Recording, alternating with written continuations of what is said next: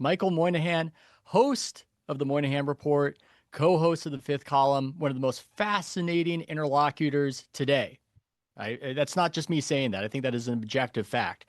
You, I hear, are quite amused by how Trump world is absorbing the Epstein It's the situation greatest. now that they're ruling over it and Oh, I effectively love it. saying that kind of can't find anything right here.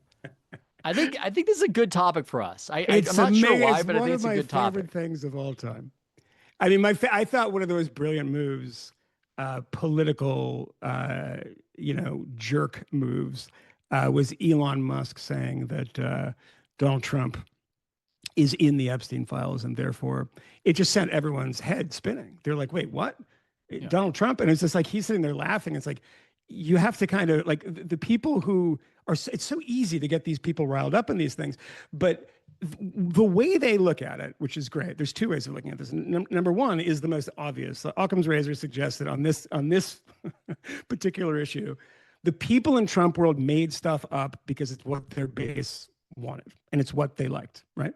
So they say, oh, it goes so deep and there's all these files, and when we get in there, we're going to release the files, the JFK files and the Epstein files.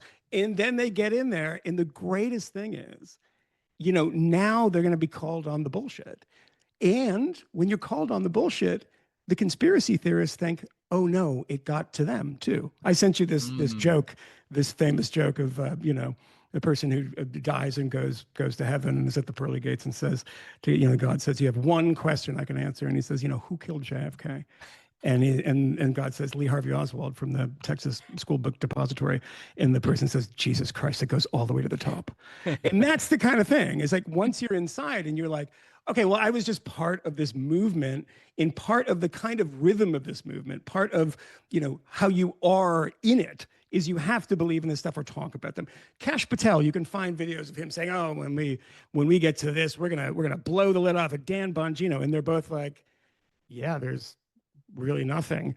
And I don't think they ever thought that they would have to come and pay those bills, right? I mean, it's just, you usually can say this stuff, ad infinitum, and you can't. The thing about conspiracy theories is they just can't be fact checked, in the sense that my producer once, when I went to Texas to interview Alex Jones, and I had this German producer who said, like, what is he going to what you're going to say when he does, like, when he responds in this way?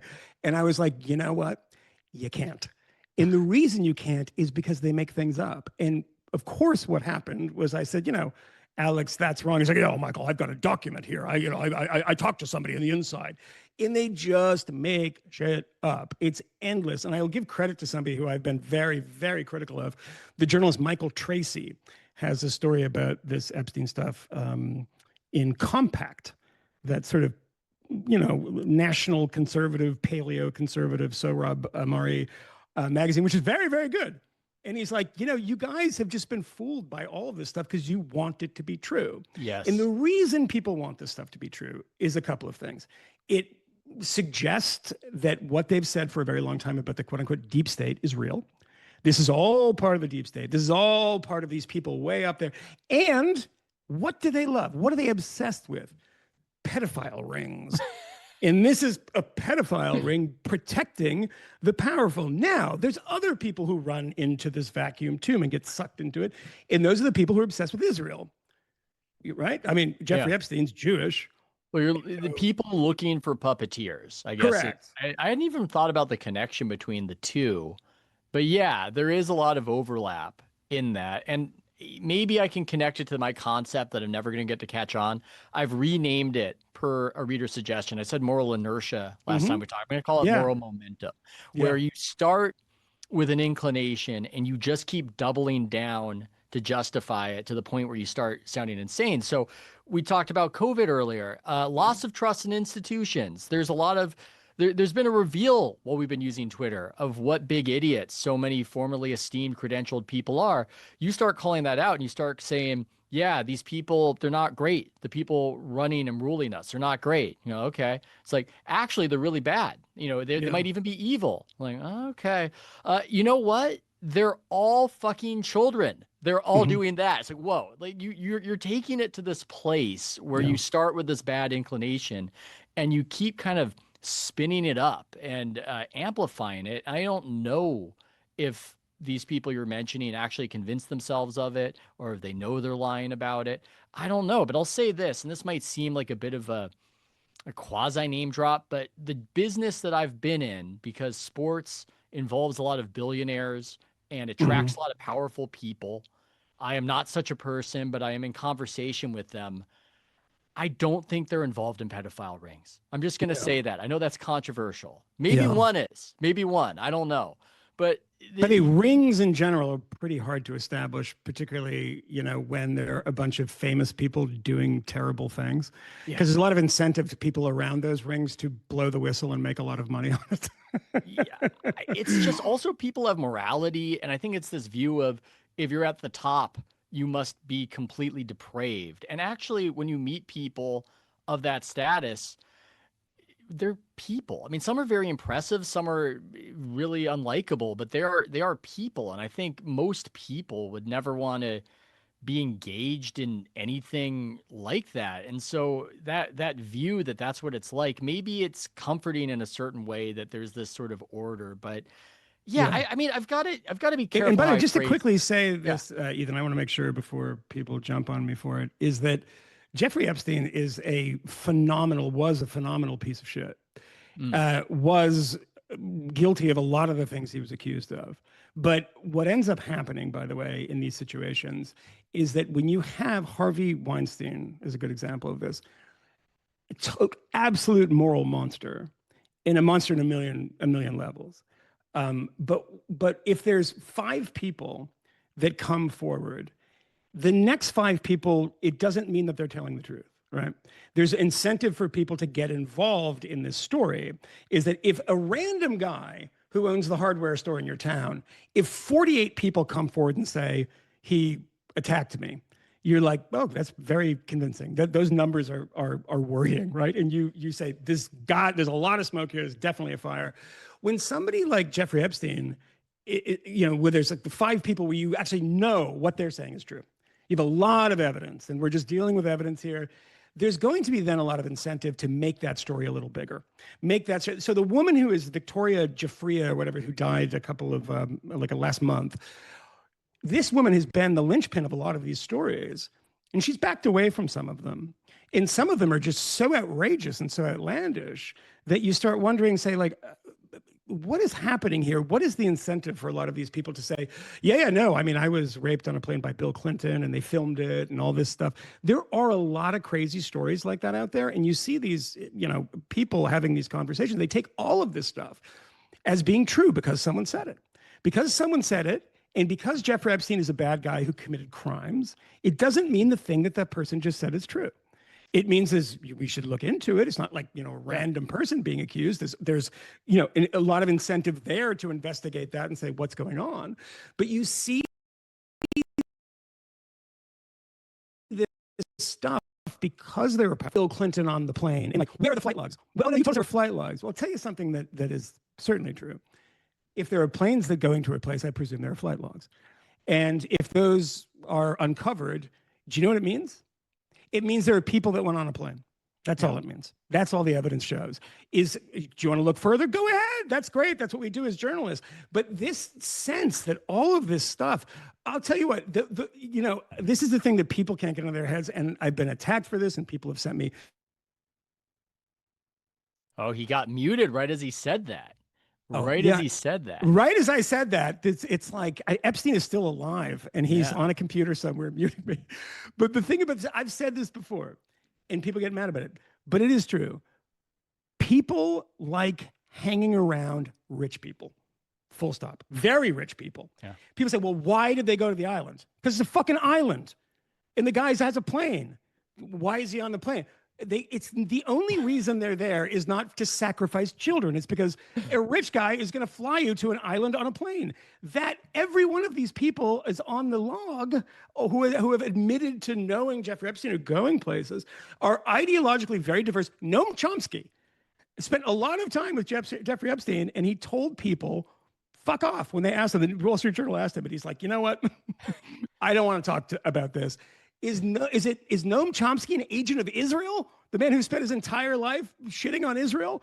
I mean, this stuff makes That's the zero greatest sense. trick the Shin Bet and Mossad ever Yeah, pulled. exactly. But it Investing was 60 making, years or so into yeah, Noam Chomsky, the last yes, living person that I always conceived of as old. But anyway, yes, sorry. I yeah. And he interrupted. looks really old now. He looks like Gandalf at this point. He's very long white beard and everything. But this stuff, Oh, it drives me crazy because the actual story is bad enough, and people try to make it worse, and they undermine their own credibility. I think I sent you this video. I think a chain that we were on today. This video that had 1 million views in 10 hours. Some random guy sitting in front of a camera saying, "This is the greatest scandal in history." And I was watching it, and I realized that you would think this was the greatest scandal in human history if you understood nothing about journalism, if you understood nothing about how investigations work. I pointed this out the other day. These people saying that there's redactions everywhere. Well, yes, of course there are redactions everywhere. That's what happens when you have other victims and people that they've talked to, they get redacted. When you unspool that black mark there, it might be a woman who talked to an investigator about some sexual activity between her and somebody on Epstein's Island that maybe was illegal or was not illegal. She was of age and she wasn't of age. Money changed hands or it didn't. But they will black out her name. And people who don't know the most basic things about this see this and they think it's Operation Mongoose. They think it's like oh my God, they're covering it up. This is the same thing about the JFK files. And I'm going to ask people just to think one thing. And then I'm sorry, I'll stop ranting. You just be logical about things.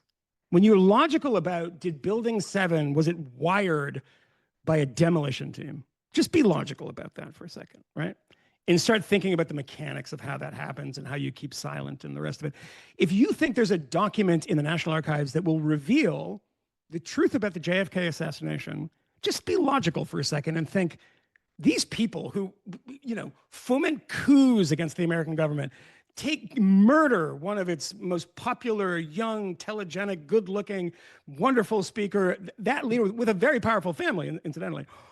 They're just going to leave a document inside the archives that's going to unfold this whole thing. But you know what they're going to do? They figured it out. There's a document there. Let's just classify it.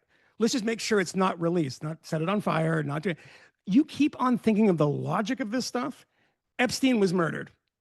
If you live in New York City and you see how anything functions in New York City, whether it's the MTA or the friggin' jails, people say, whoa, they must have gotten in and in this 1 minute that was off on that video they released. Oh, the news story today. Oh, it was edited in Premiere. It's like, yeah, they said they were going to kind of denoise it and brighten it, and they did that in Premiere. This was a story from Wired today, feeding this conspiracy that, the guy who tried to kill himself 2 weeks before. And why would he kill himself? I don't know. He's an old man who's the most hated person on earth and going to prison for the rest of his life. Kind of seems logical to me. But people aren't logical. They love the stories, particularly when the stories tell them something about their worldview. And that's the MAGA thing right now. It tells them something about their worldview. I wish I didn't have a hard out. I want to explore everything. And even though we are at risk of talking a lot of Epstein, I do want to keep talking about it as I narrate my own thoughts. There's something, I got to be careful with how I choose my words here. But I think the conspiracy theorists are sometimes at risk of making their adversaries seem so competent that they should run things. Correct. And I'm not saying that if the conspiracy theorists are correct on this, that it would be justified or you'd literally want people running such an island to run things. But I'm reminded of the 2020 election. And that election happens. And from the MAGA side, there are all these accusations of fraud and it was stolen and everything else. And you know what? That was a crazy time. All of a sudden, we were doing vote by mail by the tens of millions. I would have been open to hearing evidence. I would have been open to hearing, hey, maybe there's something here. But increasingly, over a short period of time, it became obvious that they really didn't have anything.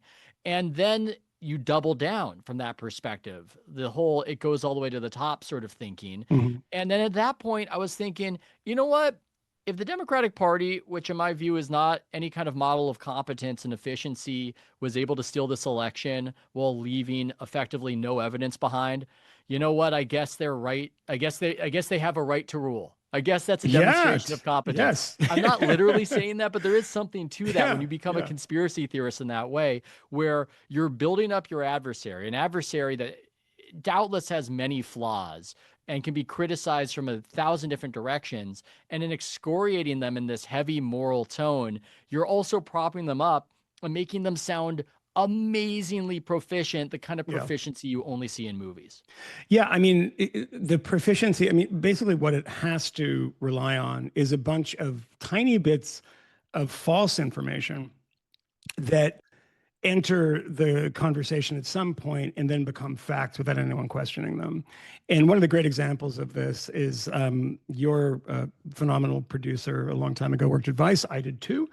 And how does everybody know that Vice was a $5 billion company? It was a privately held company.